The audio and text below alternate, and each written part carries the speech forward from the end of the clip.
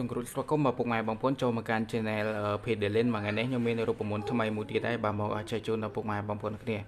បាទជាពិសេសខាងបាទពូរបស់យើងដែលគាត់តែមានបញ្ហាខ្សោយឬក៏បាទមិនសូវមានកម្លាំងក្នុងការរួមភេទទេអញ្ចឹងបាទរួមភេទហើយអស់កម្លាំងពីខ្លួនអញ្ចឹងខ្ញុំសូមណែនាំគិតសានៅរូបមន្តមួយនេះបាទអញ្ចឹងសម្រាប់រូបមន្តគឺមានទី1គឺប៉មបាទទី2គឺបាទពងមាន់ទី3បាទពេញប៉ោះហើយនឹងទី4គឺបាទទឹកឃ្មុំអញ្ចឹងវាមានតែ4មុខនេះទេបាទសម្រាប់បាទជាបាទ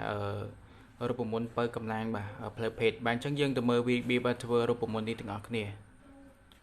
បាទអញ្ចឹងចូលមកដំបូងគឺយើងត្រូវមានចានមួយមកបាទចានឬក៏កែវបាទឥឡូវយើងចិតប៉មទៅបាទអញ្ចឹងឥឡូវប៉មបាទខ្ញុំចិតវារួចហើយបាទយើងចិតស្បកវាចេញផងបាទ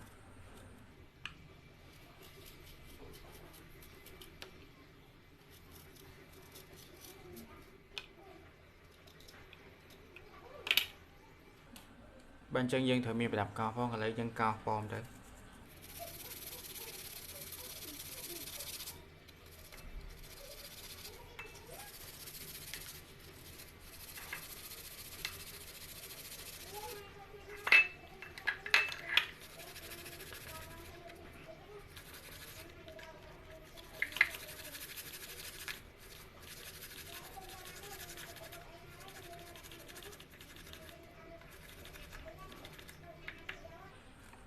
បាទអញ្ចឹងឥឡូវយើងកោសវាអស់មកបាទ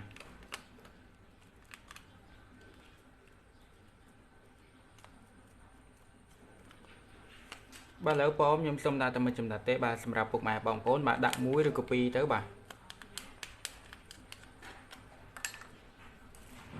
ឡូវយើងពុះពេញប៉ោះមក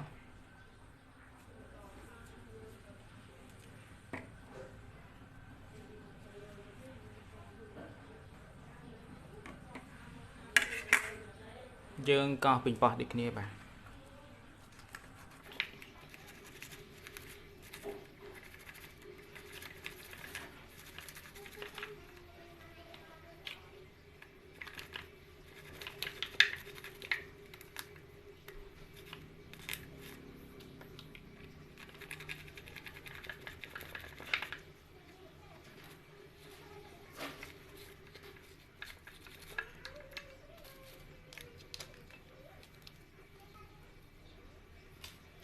ចឹងឥឡូវយើងកូរបន្តិចសិនមកបាទ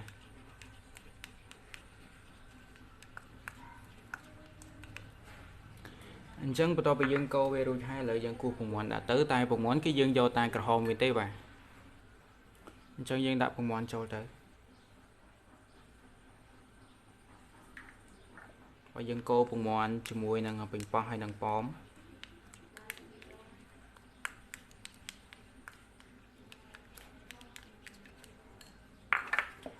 អញ្ចឹងជាចុងក្រោយគឺយើងត្រូវដាក់ទឹកឃ្មុំបាទ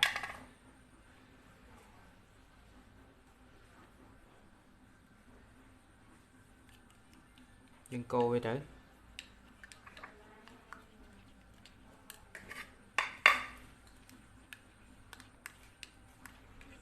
អញ្ចឹងគឺយើងអាចបាទពិសាបានឲ្យពុកម៉ែបងប្អូនគ្នាបាទយើងពិសាមុនពេលចូលគេងមួយរយៈពេលបាទ10នាទីទៅ20នាទីអីទៅបាទចាំយើងឡើងក្រេបាទចាំយើងរួមភេទបាទអញ្ចឹងយើងពិសាជារៀងរាល់ថ្ងៃណាពុកម៉ែបងប្អូនគ្នាបាទយល់ល្អបាទយើងពិសាមួយថ្ងៃបាន2ដងបាទពេលថ្ងៃហើយនិងពេលល្ងាចបាទបាទអញ្ចឹងសម្រាប់អ្នកមានបញ្ហាសើឬក៏បាទមិនសូវមានកម្លាំងហ្នឹងបាទយើងធ្វើពិសាទាំងអស់គ្នាទៅបាទអញ្ចឹងវីដេអូរបស់ខ្ញុំមិនតែប៉ុណ្ណេះទេបាទកុំភ្លេចជួយជានៅ Channel របស់ខ្ញុំម្នាក់មួយផងដើម្បីទទួលបាននៅវីដេអូបាទថ្មីៗជាបន្តទៀតបាទអញ្ចឹងសូមអរគុណនិងសូមជម្រាបលា